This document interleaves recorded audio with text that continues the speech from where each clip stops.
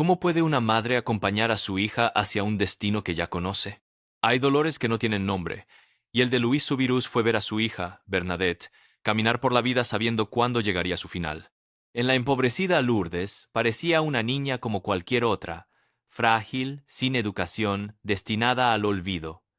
Pero en su mirada humilde ardía un secreto celestial. La pregunta que atormentaba sus noches no era si el cielo la había tocado, sino cómo una pequeña tan delicada podría cargar con el peso de una revelación divina. Su vida transcurría en la miseria del Porcachot, una antigua cárcel húmeda e insalubre donde cada día era una lucha por la supervivencia. En ese entorno de desesperanza, Bernadette floreció con una piedad silenciosa y una pureza que desarmaba a quienes la conocían. Su madre la veía como un pajarillo frágil que debía proteger del mundo, sin comprender que su fortaleza no provenía de un cuidado terrenal, sino de una fuente invisible. Su devoción era interpretada como la simple fe de una niña buena, no como la preparación para una misión trascendental. El misterio de Bernadette no residía en lo extraordinario de sus visiones, sino en el recipiente elegido para ellas. Cómo una joven analfabeta, marcada por la enfermedad y la pobreza, pudo convertirse en un faro para millones. El cielo no escogió a una reina ni a una erudita, sino a la más humilde entre los humildes. Su historia plantea la pregunta fundamental sobre la fe. ¿De qué manera lo divino se manifiesta en la fragilidad humana, transformando una vida destinada al anonimato en un testimonio eterno de esperanza y sumisión? En el corazón de Milán, una ciudad de moda y vanguardia, crecía un niño que parecía ser un hijo de su tiempo. Carlo Acutis, nacido en Londres pero criado en el vibrante pulso italiano, poseía una alegría contagiosa y una inteligencia vivaz. Sin embargo, en el seno de una familia culturalmente católica, pero no practicante, comenzó a manifestarse en él una luz singular. No era la rebeldía de la juventud, sino una serena y profunda conexión con lo invisible, un misterio que florecía en un terreno que no parecía haber sido sembrado. Su madre, Antonia, fue la primera testigo de esta extraña y hermosa anomalía. Observaba a su pequeño hijo hacer preguntas que trascendían su edad, indagando sobre la Eucaristía con una claridad teológica que ella misma no poseía. Fue él, con su fe pura e insistente, quien la tomó de la mano y la guió de regreso al umbral de la iglesia. Su curiosidad no era aprendida, sino innata, una sed espiritual que brotaba desde el fondo de su alma, invitando a su propia familia a redescubrir el camino. Para el pequeño Carlo, cada iglesia era un hogar, cada tabernáculo una puerta al cielo. Insistía en entrar a cada templo que encontraban en su camino, aunque solo fuera por un instante, para saludar a Jesús. Este gesto, repetido con la constancia de un rito personal, revelaba una intimidad con lo sagrado que desconcertaba a los adultos. No era una obligación, sino el encuentro gozoso con un amigo querido, una presencia real y constante que habitaba en el silencio de las naves y en el corazón de la ciudad. Mientras sus compañeros de clase se sumergían en los juegos y las fantasías propias de la infancia, Carlo encontraba un refugio y una aventura en la oración. El rosario era su compañero y las vidas de los santos, sus historias predilectas. No se aislaba del mundo. Por el contrario, lo observaba con una madurez inusual, comprendiendo que la verdadera felicidad no residía en lo efímero, sino en una relación vertical con su Creador. Su diferencia no era de arrogancia, sino de propósito, una orientación natural hacia lo eterno. Esta profunda vida interior se traducía en una caridad desbordante y concreta.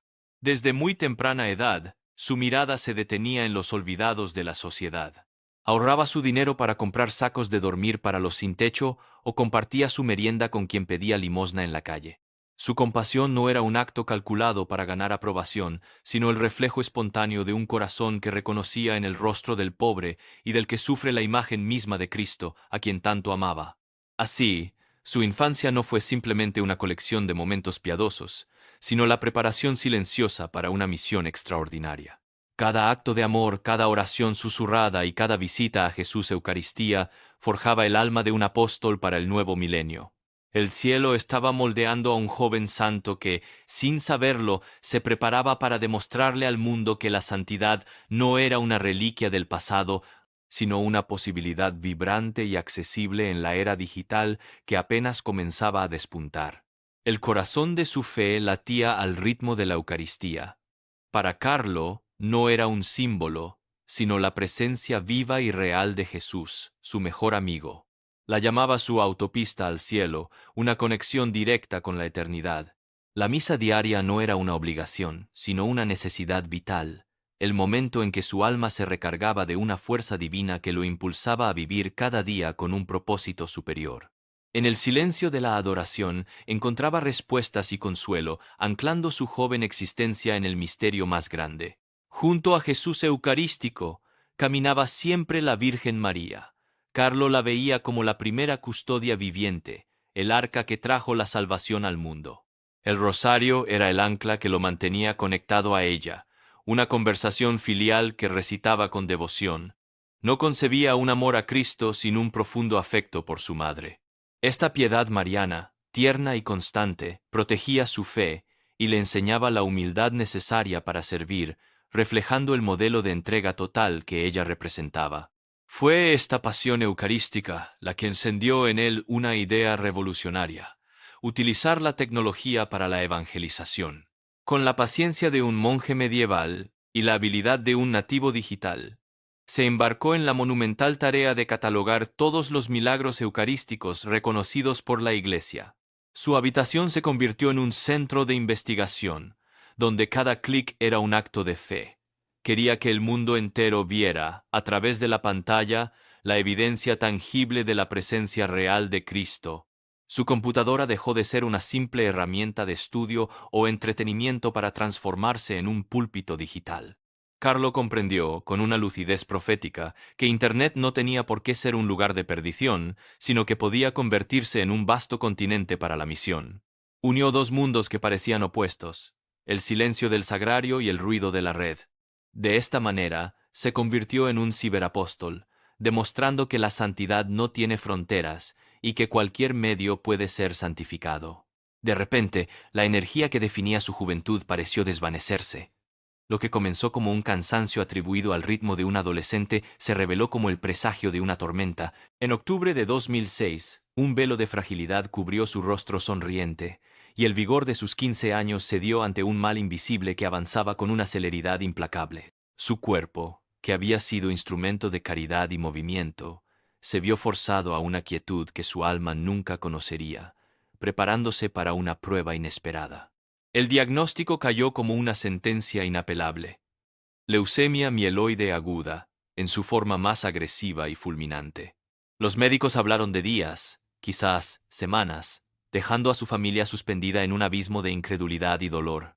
La modernidad, que Carlo había utilizado para difundir su fe, ahora le presentaba su límite más crudo. En la habitación de un hospital, la tecnología que había sido su aliada se convertía en el mudo testigo de la fragilidad humana, midiendo el lento apagarse de una vida joven. Pero donde la ciencia veía una batalla perdida, Carlo vio un altar.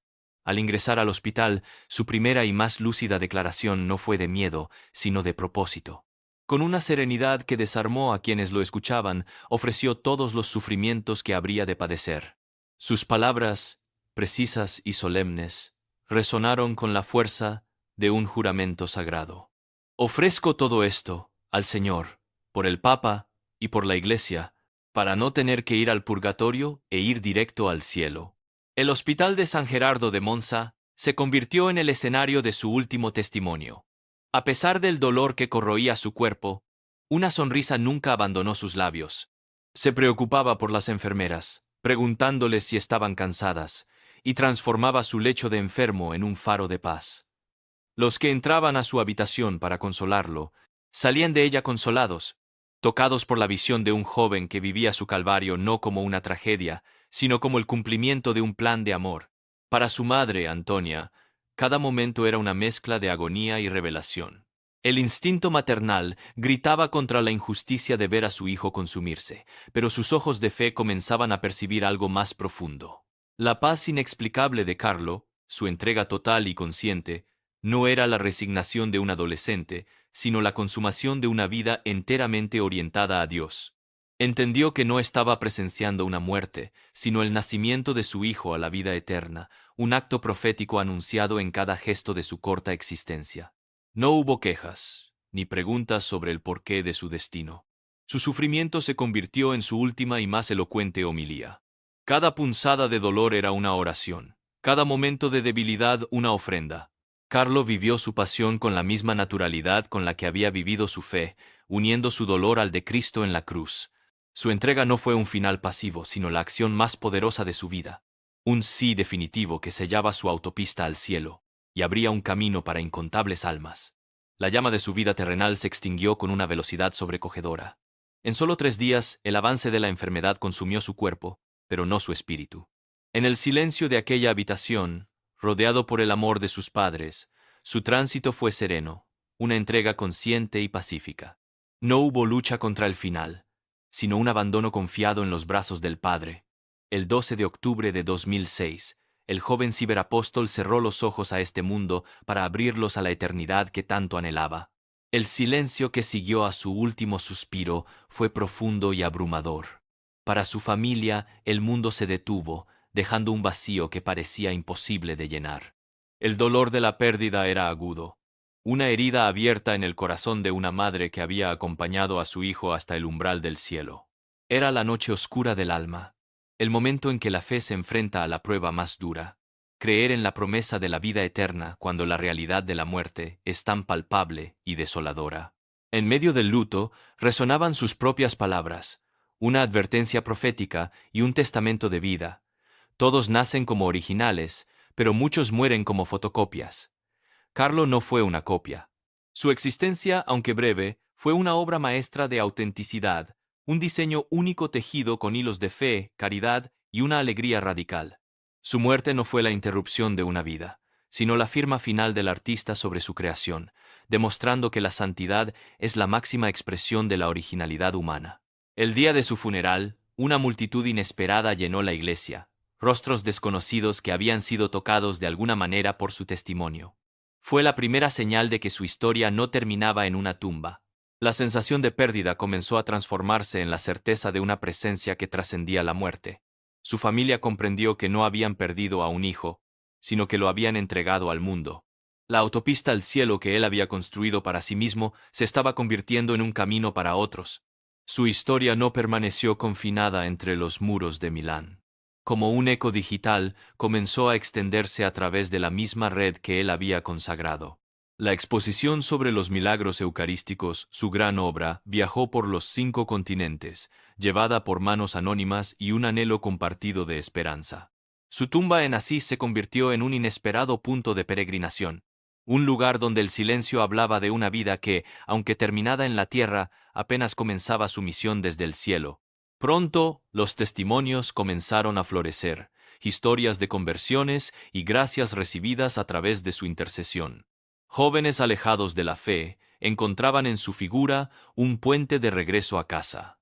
Carlo no les hablaba con un lenguaje arcaico, sino con el de su propio tiempo, el de la informática, la amistad y una alegría desbordante. Demostró que la santidad no exigía retirarse del mundo, sino sumergirse en él con un corazón anclado en la eternidad, transformándolo desde adentro. La Iglesia, atenta a la voz del pueblo de Dios, escuchó este clamor que se elevaba desde todos los rincones del planeta. Se inició el proceso de beatificación, un camino formal que buscaba confirmar lo que tantos corazones ya sabían, que la vida de Carlo había sido un reflejo heroico del Evangelio. Cada documento, cada testimonio, revelaba una coherencia asombrosa entre su fe y sus obras, presentando al mundo un modelo de virtud accesible y luminoso para el tercer milenio. Así, Carlo Acutis se convirtió en un faro para una generación que busca sentido en un mundo fragmentado. En él, la sudadera y los jeans se vistieron de santidad, y la pantalla de una computadora se transformó en un altar. Su figura rompió el molde de un santo distante e inalcanzable, presentándose como un compañero de viaje, un ciberapóstol que enseña que la verdadera conexión no es la del Wi-Fi, sino la que une el alma con su Creador a través de la oración y la caridad. Su beatificación no fue la coronación de un individuo, sino la apertura de una puerta para todos. La historia de Carlo es un llamado universal a la originalidad del alma, una invitación a no morir como fotocopias. Nos recuerda que cada existencia, por corta o simple que parezca, tiene el potencial de ser una autopista al cielo. Su legado no es una reliquia del pasado, sino una pregunta viva que resuena hoy. ¿Estás listo para encender tu propia luz en el mundo? La existencia de Carlo Acutis no fue simplemente el relato de un adolescente piadoso, sino una declaración profética para el siglo XXI. En una era definida por la velocidad y la distracción digital, él se erigió como un faro, demostrando que la tecnología no era un obstáculo para Dios, sino un púlpito desde el cual anunciar el Evangelio. No fue un santo de vitral, sino uno que vestía jeans y zapatillas, uniendo el silencio del sagrario con el lenguaje de la red, santificando la modernidad desde su mismo corazón. Por ello, su breve paso por la tierra no es una historia concluida, sino una puerta que se abre para la humanidad. Es un llamado directo y personal a no conformarse con una vida superficial, a buscar esa originalidad con la que todos nacemos. Su testimonio nos deja una pregunta fundamental, una que resuena más allá del tiempo. ¿Estamos dispuestos a construir nuestra propia autopista al cielo? Porque su vida demuestra que la santidad no es un ideal inalcanzable, sino el destino prometido para quienes se atreven a vivir con el corazón en la eternidad.